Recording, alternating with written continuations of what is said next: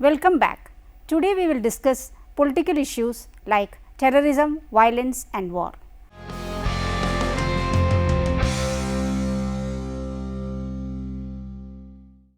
The world has reached the crossroads of history and innumerable issues have cropped up, posing a grave challenge to mankind. These issues are global in their dimensions and nature. The negative effects of globalization have created an unbridgeable gap between the rich and the poor, the mighty and the weak, the developing countries and the developed countries and so on. Powerful nations try to amass all the world's resources for their own benefit only and are imposing their will on others through military forces. Moreover, militancy, insurgency and terrorism have become the order of the day in several parts of the world. All nations face the tragic incidents leading to heavy loss of life and property by terrorist activities and also by counter-terrorist actions. While terrorists try to justify their action in the name of right to self-determination or achievement of political goals or response to socio-economic injustice, the state justifies it in the name of law and order or safeguarding their national integrity.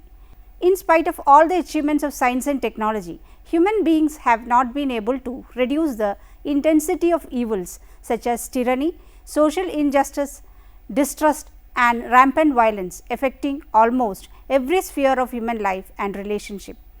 The humanity is under threat of extinction accelerated by nuclear warfare and the impacts of misuse of modern science and technology. World is dominated by greed and competition, speed and restlessness, poverty and starvation, exploitation and ecological imbalance, violence and war and so on. So, the issue of peace occupies greater role and significance at present. If democracy has to survive in its true spirit and science has to be utilized positively for maintaining the stability of the society, peace and security of the people are to be ensured, then we have to work hard to achieve these ends. The concept of peace has been discussed endlessly at the national and international levels by the statesmen, thinkers and social reformers. They have been struggling relentlessly to find possible solution to put an end of the wars between the nations and civil wars. It is more relevant and proper to give a serious thought for the establishment of an enduring and lasting peace in the world. Uninterrupted peace and everlasting harmony could be achieved through Gandhian concept of non-violence. It is only by love and unadulterated non-violence that peace could be established. The concept of non-violence as interpreted by Gandhi is not merely an antithesis of violence, but it is multidimensional. It is a way of life and method of conduct to sustain order. It sets in a new world order in the modern civilization and transforms the existing social order based on violence. Here in this module, we are dealing with this concept of non-violence of Gandhian thought as a best alternative to the problems of terrorism, violence and war. Gandhian concept of non-violence. Gandhi's greatness as a leader and a thinker lay in his transformation of individualistic message of non-violence into a success technique of direct action. He attempted to apply the theory of ahimsa enunciated by the old Indian teachers and prophets on a social, economic and political plane. Ahimsa, according to Indian thought, was a part of spiritual discipline. Gandhi's contribution lies in the fact that he transformed the ethics of ahimsa from the individual plane to the social and political plane. Gandhi said, "I have nothing new to teach the world. Truth and non-violence are as old as the hills. All I have done is to try experiments in both." For him, non-violence is the means and truth is the end.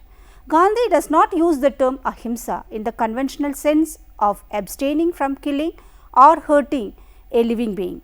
Instead, he emphasized certain aspects of ahimsa which had not been given that much importance earlier and made the word uniquely his. As per Gandhi, the word ahimsa has both a negative and a positive import.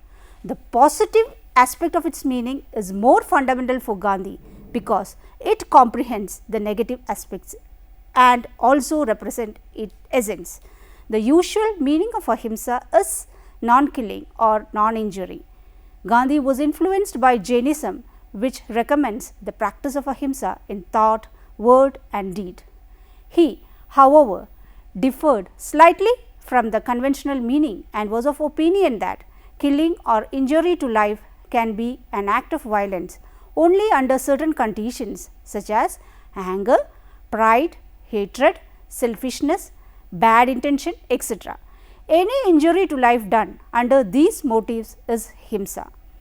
Thus, the negative meaning of ahimsa is non-killing or non-injury, but this presupposes that non-violent act is free from hatred, anger, malice and the like. Non-violence or ahimsa is hence equally comprehensive and represents the total neutralization of violence in all forms. In its positive aspect, ahimsa is nothing but love. Ahimsa is not merely the act of refraining from doing offense, injury and harm to others, but represent the ancient law of self-sacrifice and constructive suffering. Gandhi interpreted it as signifying utter selflessness and universal love. The ultimate aim of ahimsa is to love even one's enemies or opponents. Ahimsa thus is equivalent to positive compassion and love. Love is a kind of feeling of oneness. It demands a sincere effort to free the mind from feelings like anger, malice, hatred, etc., because these create obstacles in the way of love. Love, according to Gandhi, is the energy that cleanses one's inner life and uplifts and encourages noble feelings such as benevolence, compassion, tolerance, generosity, kindness, etc. Gandhi considered it as the highest virtue, ahimsa paramo dharma, because all other virtues presuppose love and no virtue can be practiced unless all beings are allowed to live. It is a foundation on which the whole social, political thoughts and ideas of Gandhi rest. He regards non-violence as a dynamic force to oppose evil and redress grievances. For Gandhi, the operation of ahimsa was an exercise of soul force and is a gospel of strength. It proceeds from moral and spiritual strength. It is the strongest force known and it is a force of the subtlest kind. Again, according to Gandhi, non-violence is not a shield of cowardice, but it is a virtue of the brave. Cowardice is wholly inconsistent with non-violence, which presupposes an ability to strike. It is a conscious and deliberate restraint laid upon one's desire for vengeance. The path of non-violence always requires courage and conviction for it to be effective. It is never a courage born out of helplessness. Gandhi believed in thorough practice of the ideal of abhayam or fearlessness, and it may be said that the perfect ahimsa means fearlessness. It is the path of the brave. He always stressed that for practicing ahimsa, it is essential to shed all fear. The votary of ahimsa has only one fear, the fear of God. Fearlessness is acquired by perfection of personal character and by deep faith in the existence of God. The practice of ahimsa thus requires faith in the reality and compassion of God and deep in self-introspection to free oneself from all vices like envy, hatred, malice, lust, etc. The practice of ahimsa requires an inner strength which can only be generated by a living faith in God. Faith in God, therefore, is the most fundamental condition for the practice of ahimsa. Gandhi wanted India to follow the doctrine of non-violence, not because she was under political subjection, but because India had an imperishable soul which could rise above all weakness. For India, ahimsa as a social and political technique meant a pooling together of the energies of the people for the purpose of national liberation. Non-violence applied to international politics signified a spiritual substitute for struggle and war and the subsequent eradication of bloodshed caused by it. In face of the advancement of nuclear energy, Gandhi resorted to techniques of promoting brotherly love because he was deeply concerned about the survival of men. He thus remained thoroughly devoted to the principle that increasing adherence to ahimsa alone would emancipate mankind from all kinds of conflicts and evils. Gandhi regards non-violence as a law of the human species and as a creed that has to be all-pervasive. The application of non-violence in the economic and political field is a unique contribution of Gandhi, who claims that society is held together by the law of non-violence. Gandhi was neither philosopher nor a politician. He was an ordinary human being with extraordinary sense of humanity and spiritual outlook. According to him, a human being was created to take himself to a higher level of consciousness and to become even better. But Gandhi saw humanity regressing back to its animal past. He set out to reverse this trend, and the method he adopted for this that was of truth and non-violence. He showed the world that man need not indulge in violence to secure peace. Peace could only be secured by peaceful means. Gandhian non-violence as an alternative to terrorism. There are no consents for the definition of terrorism. The United Nations General Assembly has used the following political description of terrorism: criminal acts intended or calculated to provoke a state of terror in the general public, a group of person or particular person for political purposes are in any circumstance unjustifiable, whatever the consideration of a political, philosophical, ideological, racial, ethnic, religious or any other nature that may be invoked to justify them. Terrorism has been felt all over the world and continues to affect the peaceful environment. Besides the physical damages and loss of life, terrorism evokes a kind of extreme fear, insecurity and anxiety. It causes massive impairment to individuals in particular and to the society in general by its impacts. The basic aim of terrorism is to terrorize the public as well as the administration for political or personal ends, using violence in the form of explosions, bombing, hijacking, kidnapping, assassination and destruction of properties of individuals and government. According to the Encyclopedia of Social Sciences, terrorism is the method whereby any organized groups or party seeks to achieve its vowed aims chiefly through the system of violence. It is a tactic employed by different groups in different parts of the world in pursuit of different objectives. The different objectives of terrorism includes to destroy the internal stability and create a feeling of fear and insecurity among the people, to ensure the allegiance and obedience of the followers, to advertise the movement or to give publicity to the ideology and strength of the movement, etc. If early terrorism targeted those in power, the present terrorism has been targeting the innocent civilians also. Some of the prominent terrorist organizations of the century include the LTTE of Sri Lanka, the Sikh and Kashmir militants of India, Taliban and Al-Qaeda of Pakistan and Afghanistan. They are skilled in the use of chemical, biological, nuclear and conventional weapons and modern communication systems for their terrorist activities. The causes of terrorism can be traced at the individual, national and international levels. Its roots can be seen in the social, historical, cultural, religious, economic and psychological aspects. The fundamentalist elements within Islam believe that Muslims have been greatly marginalized and discriminated against the New World Order.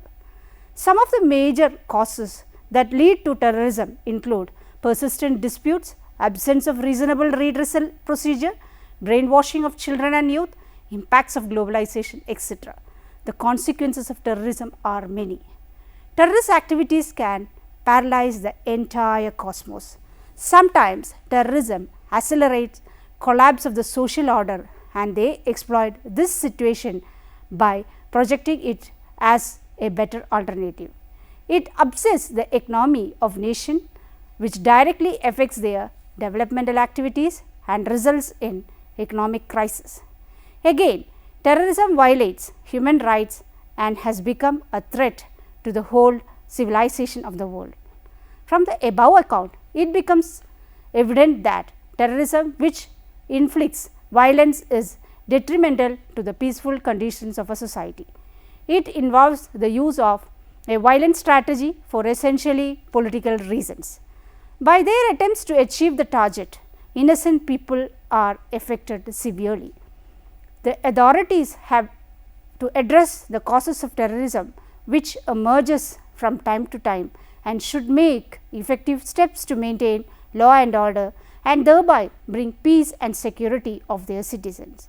But we should not forget the fact that violence takes us nowhere and non-violence is definitely the only means to peace and security. Here lies the relevance of Gandhian alternative. Terrorism has become a universal phenomenon and has made the world a dangerous place to live in. The unforgettable attacks of terrorists on the World Trade Center of US have shocked the world forever. In India, we have instances of bomb blast in Mumbai, the attack on Taj Hotel, killing innocent people and many tourists. It is a threat to world's peace and prosperity. No nation can excel to achieve its goal unless it is free from terrorism. So, there have been intensive efforts in India and in the world to fight against terrorism, but no great success have been achieved so far to maintain peace. So, we feel that it is high time to make use of Gandhian technique of non-violence as a method to curb terrorism. Now, let us have a look into that and see how ahimsa can be an alternative to terrorism. Peace, according to Gandhi, is more than the absence of violence. It is the establishment of social justice through equal opportunity, a fair distribution of power and resources, equal protection and impartial enforcement of law. So, from this point of view, peace involves the elimination of the root causes of war, violence and terrorism. It involves a conscious effort to build a society on the basis of non-violence. Again, Gandhi was of opinion that a noble end can be achieved only by good means.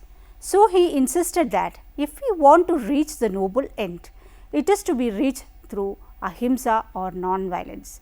If peace is established by violence, it will not be long lasting. Peace is the existence of peaceful relationship, active association and planned cooperation among persons and groups for achieving greater aims such as justice, security and order. Such an establishment will be an unfailing remedy to eradicate the causes of terrorism. According to Anurag Gangal, a Gandhian strategy for confronting terrorism therefore would consist of the following: stop an act of violence in its tracks. The effort to do so should be non-violent but forceful. Address the issues behind the terrorism. Maintain high moral ground. Mankind today is facing challenges from multidimensional crises such as terrorism, denial of human rights, economic inequality, racial discrimination, ethnic violence, religious intolerance, poverty, environment degradation and so on. Gandhi's principles of truth, non-violence, love, sarvodaya and satyagraha are of great relevance in this context. These principles have to be reinterpreted and applied to the emerging realities of our society. Thus, the lessons from Gandhi have become relevant for addressing the challenges of the contemporary society. Gandhian technique of non-violence as an alternative to war and violence. Today, life is being threatened by innumerable kinds of violence and very often we feel powerless and helpless at the intensity of the matter. It is our personal and collective responsibility to get on the right track of life because violence appears in various forms and magnitude. The government takes many steps to curb it and to restore order and tranquility in the society. Here also we see that violence itself is used against violence. Millions of people have been killed by wars and conflicts. War destroys lives, causes misery and displacement to millions, sets back development and destroys monuments, culture and ideas. Violence is something one party does to another by use of force, an overt physical act causing injury to a person or property. It is harmful use of force against persons which cause the oppressions of human beings. The different kinds of violence include domestic or family violence, verbal violence, psychological violence, sexual violence, gang violence, child abuse, gender violence or harassment, political violence, cultural violence, religious violence, etc. Violence can be direct or indirect. Direct violence is an act of force which one or more people use to impart or inflict physical harms or injuries on other people. This include acts of war, torture, fighting, arms, violence, physical abuse and emotional abuse. These are acts which insult the basic needs of other. Indirect or structural violence is a permanent state of violence which is embedded in the social, political and economic structures that make up a society. When we look into its details, we find that the main causes of violence include consumerism, economic exploitation, unemployment, caste system, capitalism, gang rivalry, lack of education, moral laxity, lack of tolerance, family breakup frustration and poor planning and deep corruption. Because of these causes, violence has assumed a gigantic shape and its presence are felt at all levels. War is another menace faced by the humanity. Prevention of war and the realization of peace are the cardinal concerns of the contemporary world community. Humanity today is threatened with total destructions through the development of nuclear weapons.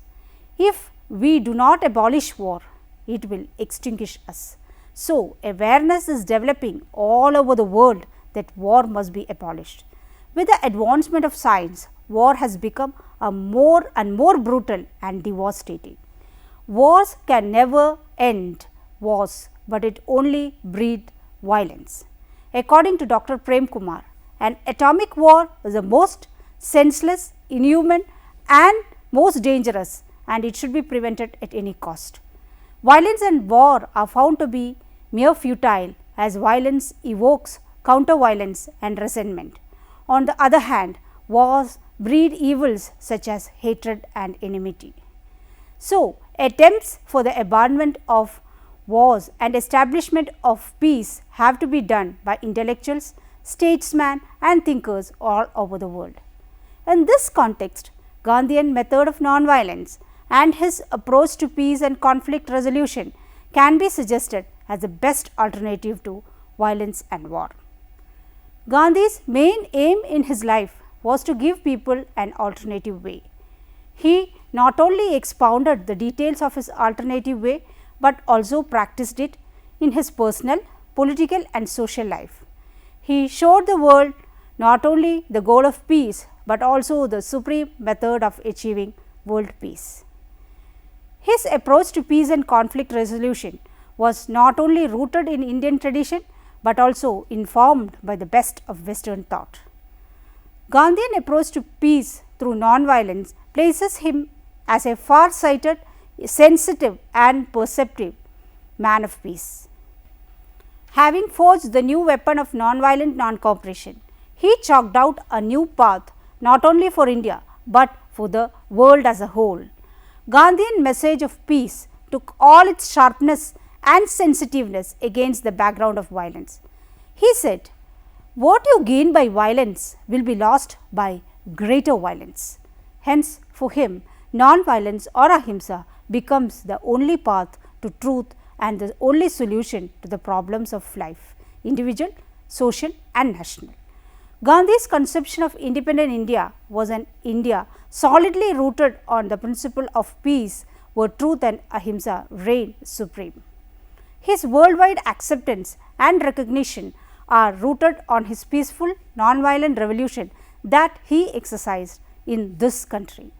The non-violent revolution that Gandhi galvanized set the light of peace forever that could guide the country in the right direction. He wanted India to be a symbol of peace and non-violence for the world, because the great heritage of our country always symbolized these great ideas. Gandhi had the firm belief that human beings were basically good and humanity essentially had a non-violent nature. The underlying sources of conflict, violence and war are distrust and fiction. So, Gandhian method of conflict resolution not only focus on the immediate grievances of the problem, but it goes beyond that to look at the underlying cause of it as well. Satyagraha, the non-violent method of conflict resolution propounded by Gandhi, hence pay due attention to the causes of the problems also. Peace in the world could be better maintained by properly understanding the concepts and techniques of Mahatma Gandhi. It is important to realize his techniques, and we should try to replace the present techniques which may advocate violence all over the world. The best gift which Gandhi presented to the world is his gift of non-violence. By transforming the ethics of ahimsa from the individual and religious plane to the social and political level, he gave the doctrine of non-violence a revolutionary intent and direction. His insistence on the resolution of all conflicts by peaceful means has become more relevant today when the world is torn by strife and oppression. Peace is more than just absence of war. True peace is justice, freedom and recognition of human rights. Today, violence has lost its dynamics, but non-violence has not rooted out entirely, because it is deep rooted in our societal structure and also in our mental makeup. The preamble of UNESCO states that since war begins in the minds of men, it is in the minds of men that foundation of peace must be constructed. Hence, what is needed is a change in the attitude and behavior of the people. This will help us to achieve greater cooperation and peaceful methods for solving problems. So, Gandhi wrote, "The way of world peace lies in cultivating the spirit of non-violence and peace in the hearts of men. As the individuals are built, so the nations are built, and as the nations are built, so the world is built. We need to build a culture of non-violence among our children and youth, and promote a culture of resistance to injustice through satyagraha. This is the most potent weapon of non-violence that has been given to us by Gandhiji for ensuring an endurable peaceful social order through world peace." Gandhi had deep faith in the possibility of establishing peace through non-violent techniques of satyagraha. He said that the root of every violence or conflict is untruth, and that the only permanent solution to violence is the truthful method of satyagraha. In fact, Gandhi considers satyagraha as a moral substitute for war and as a superior means of redressing the grievances. It relies on persuasion and moral pressure rather than on physical force to achieve the goal of peace and justice in society and in the world at large. According to Gandhi, it is applicable to all situations, from interpersonal to group relations and from micro to macro level problems. Therefore, we can say that there ought to be great reliance for Gandhian ideals and methods in the present world, which is confronted with violence, terrorism, intolerance, war, discrimination and exclusiveness. Gandhi has thoroughly perceived the concept of non-violence and found it to be the basic tenet of human existence. He demonstrated to the whole world that non-violence is the only indisputable way to attain peace and tranquility. The successful application of non-violence ushers in a new peaceful world order involving a great deal of moral strength and readiness to undergo self-suffering on the part of the person who applies it. Its observance is of absolute necessity in the modern world, which is tension-ridden weary and disturbed. So, Gandhi stated that unless now the world adopts non-violence, it will spell certain suicide for mankind. So, there is no option for man except to rely on non-violence and practice it to realize truth and experience peace in this world.